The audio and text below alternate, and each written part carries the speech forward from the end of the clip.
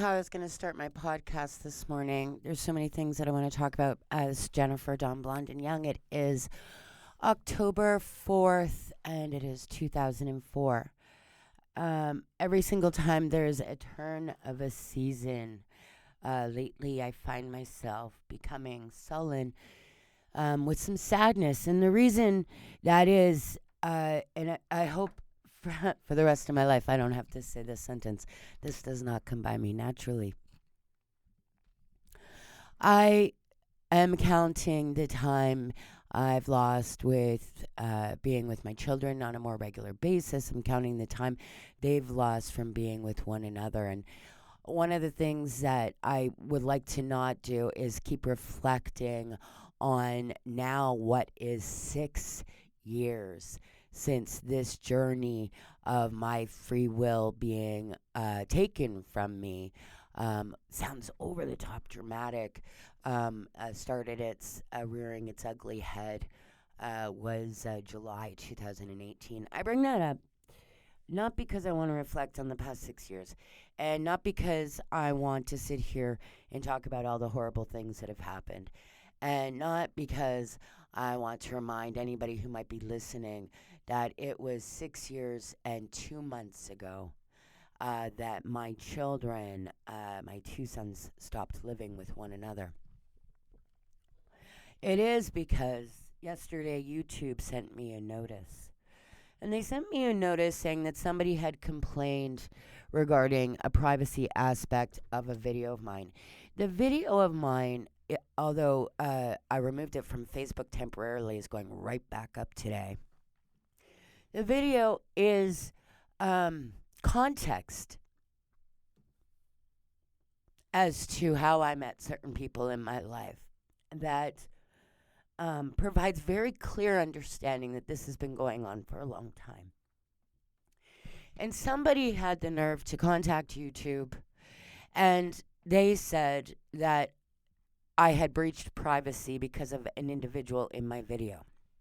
The individual in that area of the timestamp of my video is stock footage. No one that I know, royalty-free stock footage from Adobe Express, which tells me that the very people and scenario I'm referring to in the video aren't even the ones who made the complaint. It's just somebody that decided they didn't want that video up anywhere and they wanted it removed. And I can tell you right now that the people that are being referred to in that video know that all of those things happened. And the pain that it caused our family started from that time period. I'm not going to be silenced or censored, especially when I have to reflect every day. I don't have a choice. This isn't something that happened in 2018 and then stopped. This is a continuance even up until this morning. Somebody was yelling out my social insurance number to me. The most disgusting aspect of that isn't that they just wanted to make me feel uncomfortable in that moment. In that moment this morning, they wanted to take away the pocket of happiness that I have of free will every day when I wake up. To sing to my dog, for heaven's sakes. So I am reposting the video today. I am responding to YouTube with proof that it is stock footage. This is why this has happened to all of us, and it's come to this huge boiling point where we are all still yelling for it to stop. I want to thank you if you're listening to this.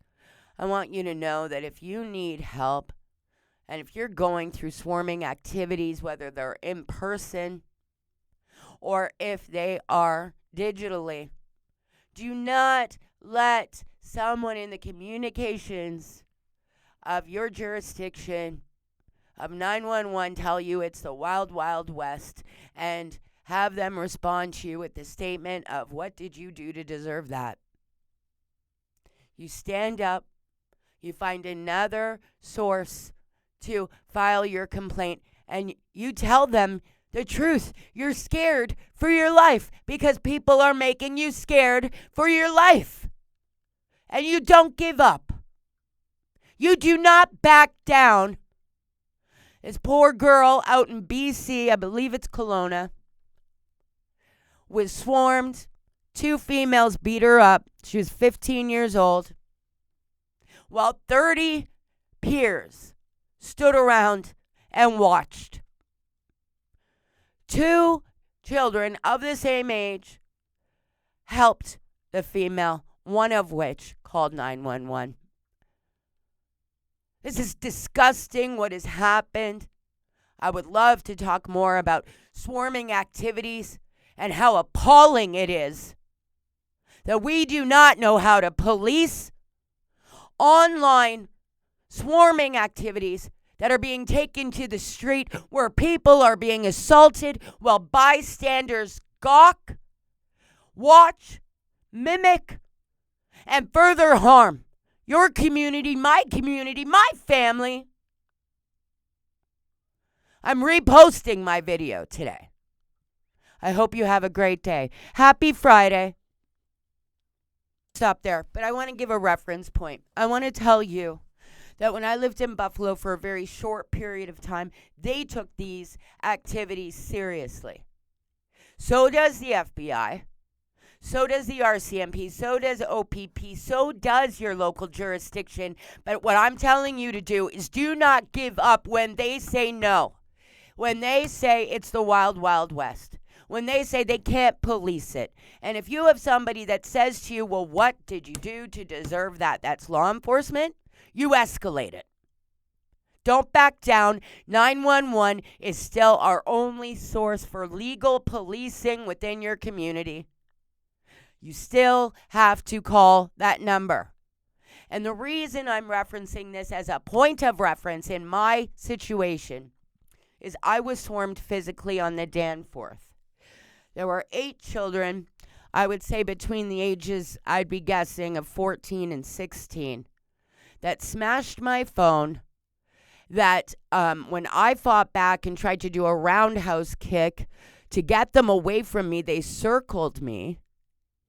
They said they were going to kick my ass on camera and post it to social media, and they called me a crack whore.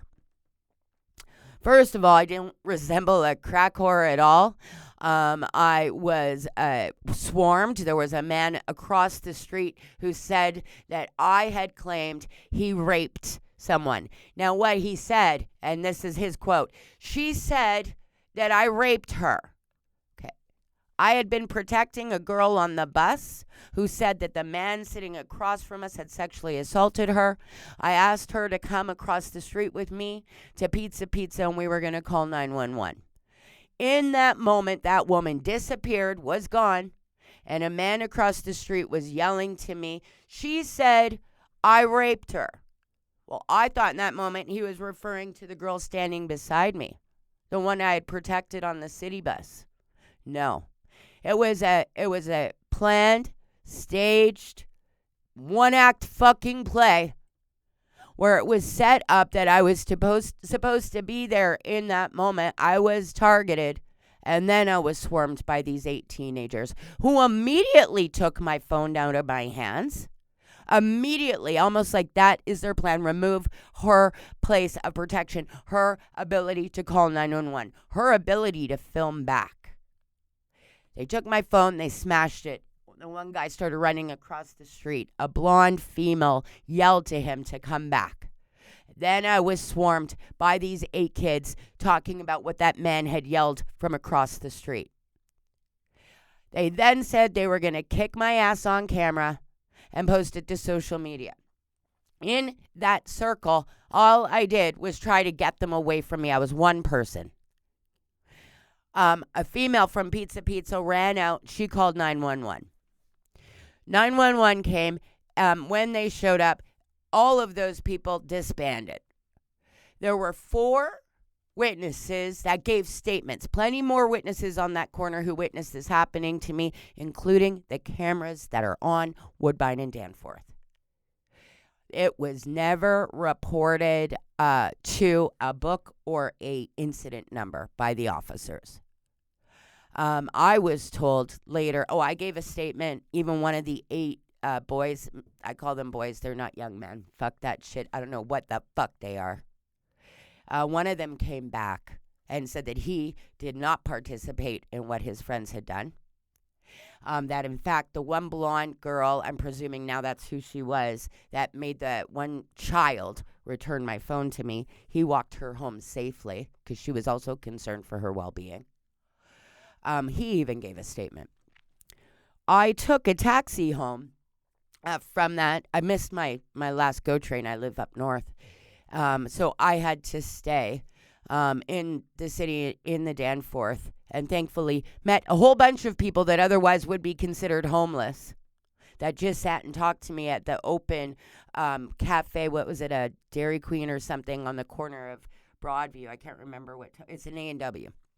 So I sat and talked to who you would consider homeless, people just deprived of being able to have a place to live for the whole night at this place.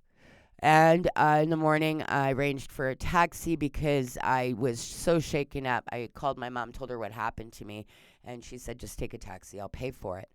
And in that taxi, the man that drove me home resides at Main and Danforth area. And he says he's been a taxi driver in that area for a long time. I told him what happened to me. And he said, don't ever do that again. And I said, what are you talking about? Help someone. I go, what? He goes, put your head down. I go, excuse me? He goes, especially in this area. I go, I'm not that person. I run to fires. I don't run away from them.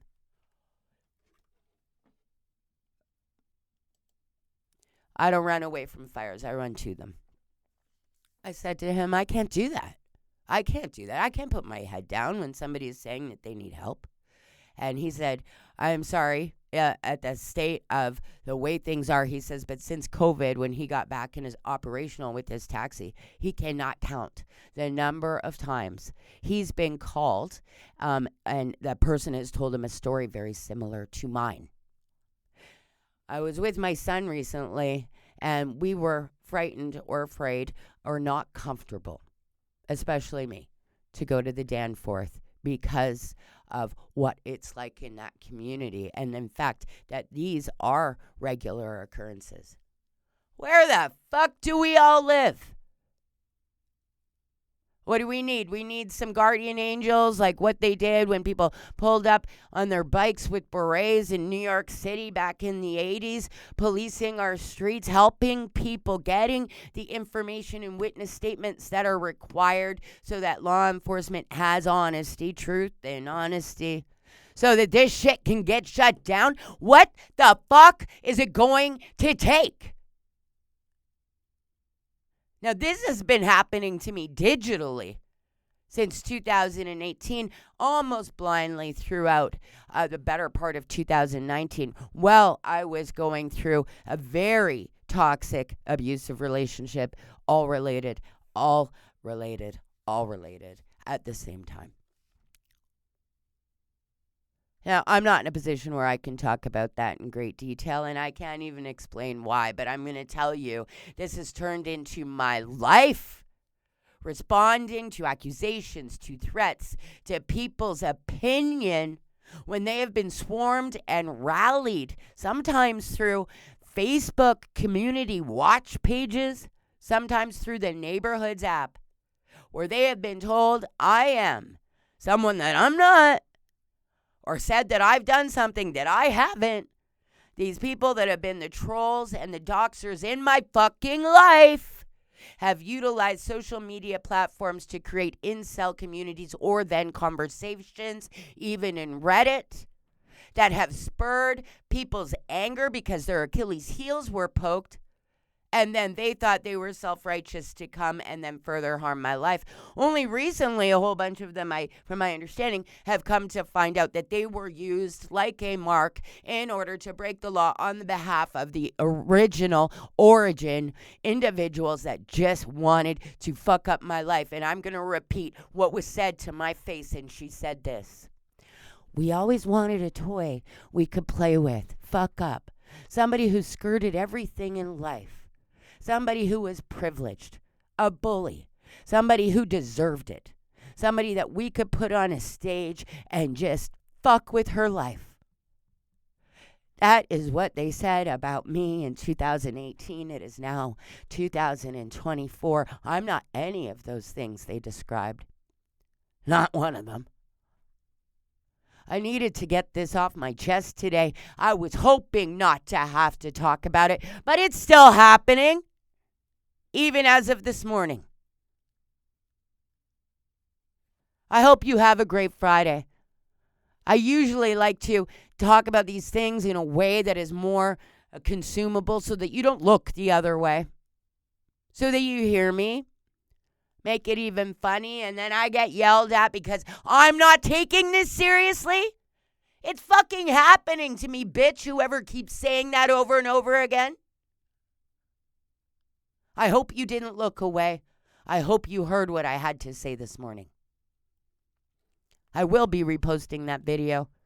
And to YouTube, Privacy Office, I'll send you the link to the official Adobe Express stock footage that I utilized in that video.